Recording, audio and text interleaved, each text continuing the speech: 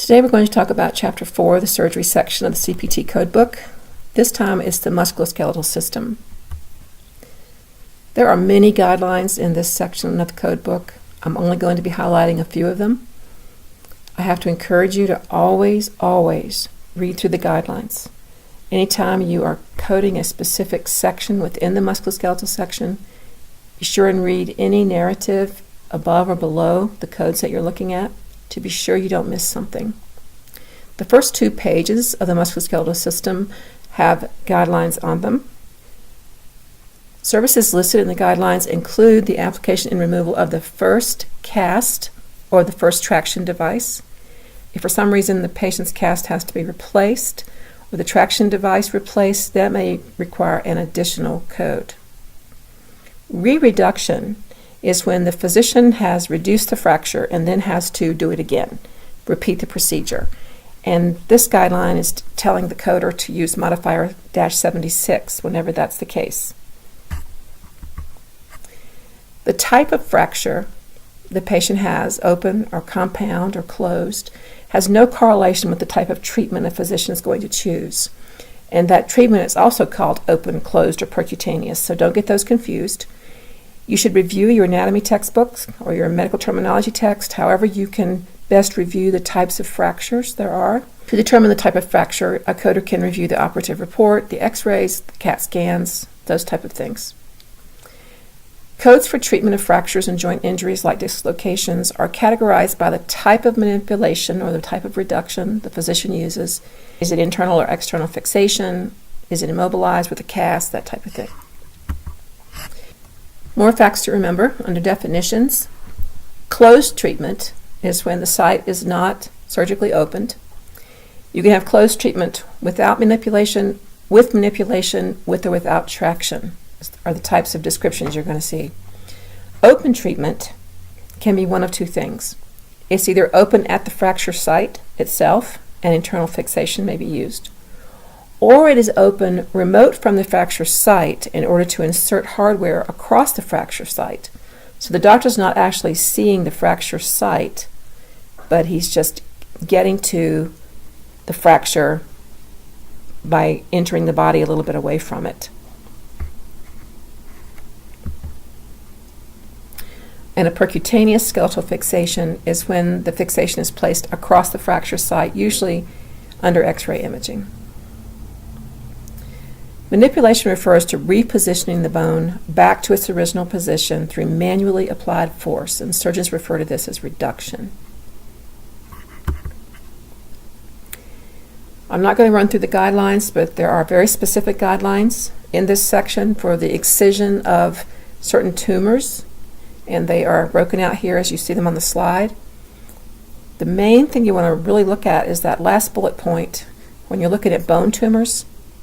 Code selection for bone tumors is based solely on the location of the tumor, not on the size or whether it's benign or malignant, primary or metastatic, but that's unusual.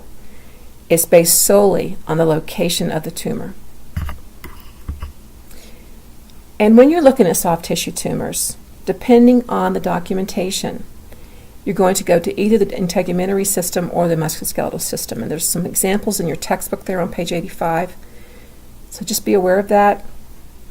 Again, you can't memorize all these guidelines, but if you know they're there, then when you see a case that you have to code and it talks about soft tissue tumors, you're going to remember there's some guidelines around that and go back to that section of the CPT code book and read those guidelines again.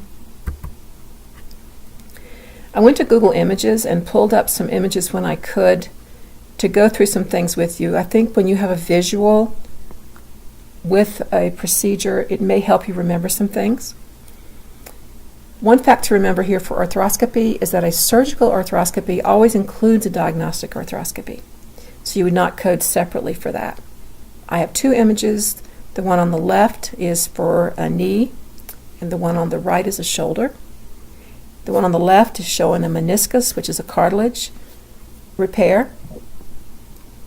And it doesn't tell us on the right what we're looking at, but you can see the instrumentation that's involved when it's arthroscopic. There's typically 3 holes Like in the knee, you can see the instruments coming in from 3 different directions, so the surgeon is able to do what he wants to do. The shoulder arthroscope is just showing us 2 instruments, and I'm not familiar with it being more than 2, but it may be. I'm just not familiar with that. Also, facts to remember about traction. There's skeletal traction and skin traction. The skeletal traction is usually on the femur, the big bone in the leg. It could be other places. And skin traction is when you are applying a force, but it's through felt or strapping that's wrapped around the skin. There's no pin or anything directly to the bone for you to apply a force towards. And this is an image of an external fixator of elbow fracture, supracondylar fraction of the elbow. And it's showing the use of the pins and the device. You would not code external fixation unless it's not part of the basic procedure. So you would read your code description, and if it includes external fixation, you would not code it. But if the physician has a procedure as part of his operative report where he is applying external fixators, and your code doesn't list that, then you need to also code for external fixator. As a reminder, when we're going to start looking up procedures, there's 4 primary classes of main entries. When you go to the index, you're looking at the procedure or the service, the organ or anatomic site, the condition that the procedure is addressing, and if there's a synonym, eponym, or abbreviation for that procedure. And here's the first one we're going to do on this PowerPoint, exercise 410, number 2, an open reduction with internal fixation for a fracture of the left humerus shaft. The main term is going to be fracture, the humerus, and it's the shaft of the humerus. If you're unfamiliar with anatomy when we're going through these procedures in your code book, please take the time to pull out your anatomy textbook or go to Google Images, pull up the joint we're looking at or the anatomic site we're looking at so that you can visualize the parts of the bone. You will see the humerus, for example, described as having the shaft broken. You need to just be aware of the different parts of the body and different terms you're going to be seeing in the documentation. Here's the index that I used, the code I chose, and the modifier to signify it is the left humerus. Remember, we can use modifiers left and right whenever there are definitive left and right parts of the body. And here's the CPT Code 24515, open treatment of the humeral shaft with plates and screws, with or without cerclage. I pulled up a slide here to show you cerclage. Usually when we hear of cerclage, it's cervical cerclage, where the physician is literally tying the cervix together so that a woman doesn't prematurely go into labor. This type of cerclage, however, is looking at surgical fractures and how you would apply malleable wire to stabilize fractures that aren't amenable to other forms of internal fixation. And it gives you some information here. And I got this on Google Images. I really can't say enough to you to encourage you to use every resource at your fingertips to learn more about procedures. Exercise 410, number 4, the surgeon reduces a fracture of the left proximal fibula, has closed treatment, skeletal traction, and a short leg cast. And you see all of the terms here. And remember from your guidelines that the initial cast is included so that you would not be coding extra for the application of the cast. And here's the index pathway and the CPT code. We are using modifier LT for left because there is a left and a right fibula. And here's the code I chose, 27781.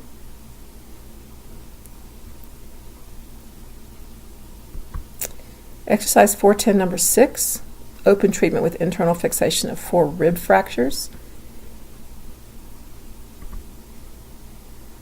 And you see a modifier would not be applicable.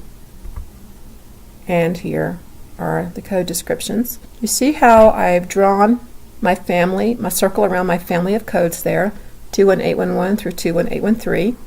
With my pink highlighter, I highlighted the different numbers.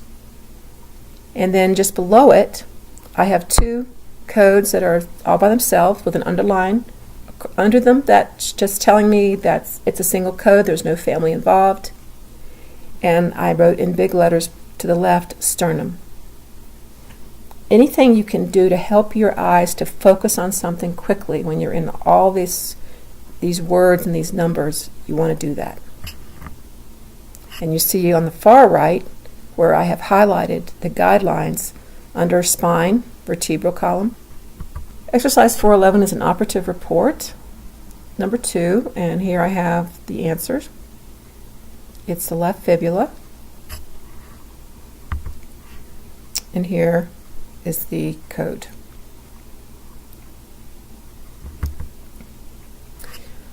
Arthroscopic synovectomy of the medial and lateral tibiofemoral compartments and the patellofemoral compartment of the left knee. I highlighted almost all the words because they're almost all important when you're determining a code here. And here you see the code that was chosen and the compartments. It is the left knee. Here's the code. See where it says 2 or more compartments? And I went to Google Images and found this slide to show you the 3 compartments of a normal knee. I had a knee replacement in 2012, and I remember the physician telling me all 3 compartments are shot. So I had to pull out my anatomy book because I couldn't remember what they were called. But that was since I've been teaching. I wasn't working in the field, and I had just forgotten. The lateral and the medial I could remember, but I couldn't remember the patellofemoral. So there you go. Those are the 3 compartments. And when you have a total knee replacement, you have all 3 of those compartments replaced. A partial knee replacement only has 1 or 2 of those. Synovectomy is another term that was discussed in the last code description, and it's referring to the destruction or surgical removal of the synovium that lines a joint. The knee is the joint most often selected for synovectomy, but it doesn't have to be the knee, and that procedure can be done arthroscopically or through an open procedure. Exercise 412 number 4 is another arthroscopy, this time of the left wrist, and it tells us the specific part of the left wrist that's being looked at, being repaired. And I looked this up as well. I was doing some reading on the internet, and from what it said, this type of injury typically comes from falling with your hand open, so that joint, your wrist joint, takes all of your weight, and it causes quite a bit of damage, as you can imagine. So here I have the path and the code that was chosen. Here is the code book.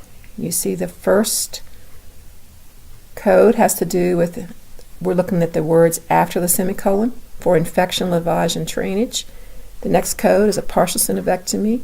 The next one, a complete synovectomy. And then 29846 is the excision and or repair of the triangular fibrocartilage and or joint debridement, the exact words that were used in our code description. Then the repair of a hammer toe. I did find a little quick image on Google Images to show you the hammer toe and what section of the bone the physician was going to be removing. The picture does not go with this diagnostic statement, but it just so happens that it looks like both the picture and the statement are looking at the second digit of the right foot. T6 is referring to a modifier. That's a national code, a national modifier that's on the inside front cover of the CPT Code book. And here we have 28285, the correction of the hammer toe. It stands alone, so I have it underlined to tell me there's no family of codes, it stands alone. Removal of a sliver of metal from deep tissue in the right knee. That sliver of metal is a foreign body. So you're really looking at the removal of a foreign body from the knee joint. And there it has the path, the code, and the modifier.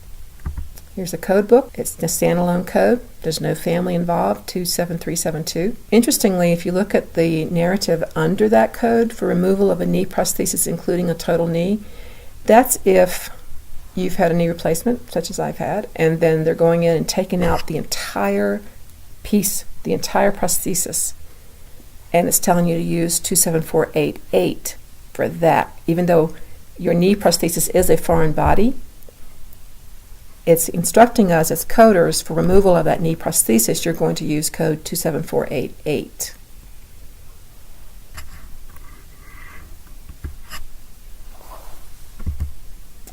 Arthroscopy of the right wrist with partial synovectomy. There's our index pathway and code, modifier RT, and here we have the code. Repair of a medial collateral ligament of the right elbow using local tissue. Here we go, and you see that local tissue is part of the code description. CPT Code 24345.